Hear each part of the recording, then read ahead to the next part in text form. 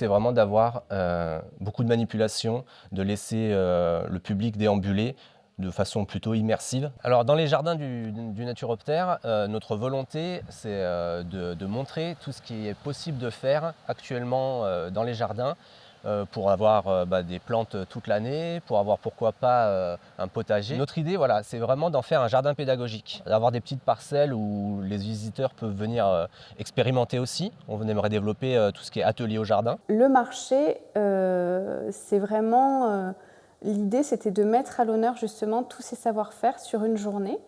Donc, il se déroule dans le jardin de l'Office de tourisme, ce qui est très agréable parce qu'en fait, ça reste un petit événement à échelle humaine et ça favorise beaucoup les échanges parce que nous, notre but, c'était vraiment que les touristes puissent rencontrer directement soit des producteurs, soit des artisans qui leur font part de leurs secrets de fabrication. Il existe des procédés assez immersifs qui permettent à nos visiteurs de comprendre les process, d'avoir des images de caméras qui sont sur les lignes et qui sont retransmises dans les espaces d'accueil, avec un peu d'imagination, des possibilités de partager tout ça avec les clients.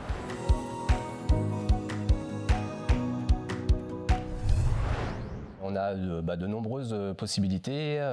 Au niveau du tri, voilà, on a des poubelles de partout. Dans chaque salle, on a des poubelles qui permettent le tri des emballages, le tri des biodéchets et les poubelles résiduelles. On fait beaucoup de sensibilisation à l'utilisation des appareils électriques, d'éteindre dès qu'on a fini quelque chose, qu'on sort d'une pièce.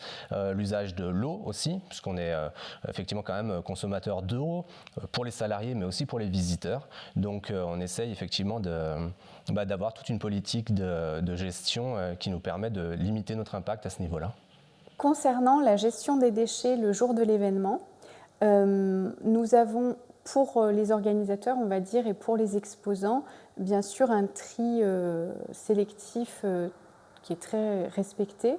Et après, pour les visiteurs, on a simplement 2 types de déchets qui sont triés. Expliquer aux gens que voilà, toutes les matières organiques peuvent être compostées. Et puis on a justement des composts un peu plus pédagogiques. Et là, c'est une zone voilà, qu'on peut très bien dédier à un atelier. On a aussi choisi pour tous les exposants de faire appel à un traiteur local qui produit localement. Les plateaux sont des plateaux compostables, par exemple.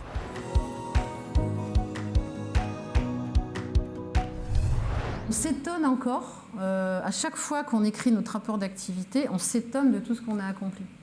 Comme quoi c'est une mosaïque de petites actions, pas très compliquées, certaines ne sont pas onéreuses parce qu'elles ne coûtent rien. C'est du bon sens. Ce qui est intéressant dans cette démarche, c'est que c'est une vraie démarche de progrès. En faisant l'auto-évaluation, je me suis rendu compte qu'on faisait déjà pas mal de petites choses en fait, qui pouvaient paraître très, très simples, mais qui étaient au final assez importantes. Et d'autre part, je me suis rendu compte à l'inverse que sur certaines composantes, notamment médiation à l'environnement, les composantes éducatives et également sociales, eh bien, on avait beaucoup de travail encore à mettre en place. Alors c'est vrai que beaucoup de démarches voilà, qu'on va effectuer au Naturoptère, on va les faire nous de manière très naturelle, puisque ça fait partie de notre ADN, c'est des choses qu'on fait déjà depuis 10 ans ou 15 ans et qui sont l'essence même du Naturoptère, l'éducation à l'environnement et au développement durable. Je considère très important de jouer collectif et je considère très important d'initier un chemin un peu sans faute. C'est-à-dire, le Vaucluse doit être exigeant là-dessus. Un parcours proposé en tourisme durable passe par l'hébergeur, le restaurateur, les activités, les parcours naturels. Il faut que ce soit généralisé.